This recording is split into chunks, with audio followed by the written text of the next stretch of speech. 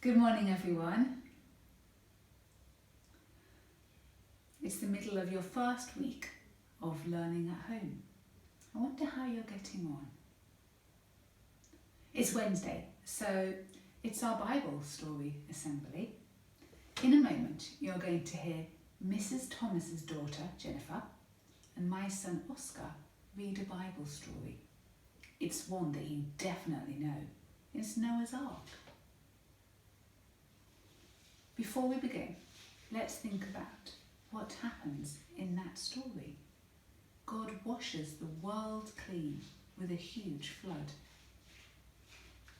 Then he paints a rainbow in the sky as a promise, a sign of hope that the world will never be destroyed again. 3, 2, 1, go. A special promise. God was sad. Very sad.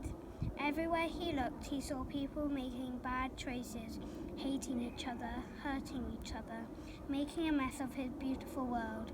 I need to start all over again, God decided. I need to make my world clean. And that's when he talked to Noah. Noah was not like the rest. He was a good man, and God knew it. So he told him to build a boat, a big boat, enough to hold Noah, his wife, his 3 sons, their wives, a pair of every animal in the world, and food enough to feed them all of them, for a very long time. Noah's family was surprised when he told them what he was going to do.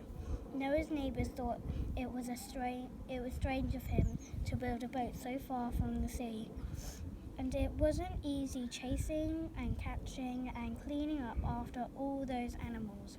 But Noah was a good man, and he did what God told him, even when it was hard.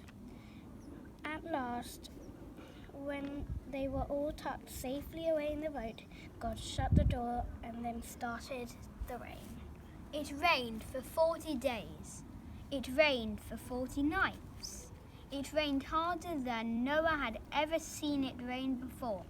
It rained so hard that the streams and the rivers and even the seas burst their banks and shores and began to flood. Soon every sandy beach, every rocky path, every patch of muddy earth had disappeared beneath the water, and the boat began to float. It floated above the houses, it floated above the trees, it floated above the hills, and then above the mountains too. It floated for days and weeks and months, and then it stopped. Stuck at the top of a tall mountain, Noah opened a window to look out. The water was going down, but the world was far from dry, so he sent out a dove. And when the dove did not come back, Noah knew that it had found a dry place to build its nest. "Come out," God called finally. "Come out of the boat. The world is dry. The world is clean. And now you and your family and all the animals must have children to fill it full of life again." Hooray! Noah celebrated, and he thanked God for saving him. God was happy too. So he painted the world's first rainbow in the sky to celebrate his fresh, clean world, and the promise that he would never send a flood like that again.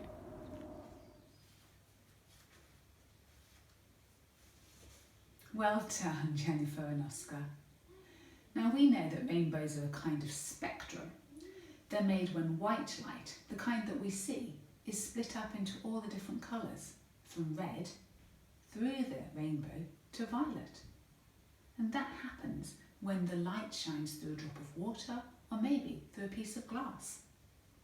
Perhaps God designed light to be like that. The flood was terrible. This virus is terrible. God gave a sign of hope afterwards, a promise that the flood would never happen again.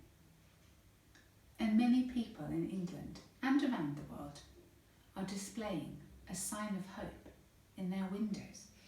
They're putting rainbows up as a hope that this virus will soon be gone.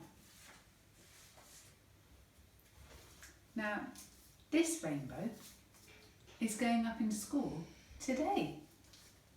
I wonder where you think would be a good place for it to be displayed. We'll see. We're going to finish with a prayer, so just make yourself very quiet and still. Father God, you are always in control. When we look back over the years, we can see that your hand was always guiding us. We know that you are our hope for the future. Thank you that you love us and that we can hold on to your promise of hope. Amen.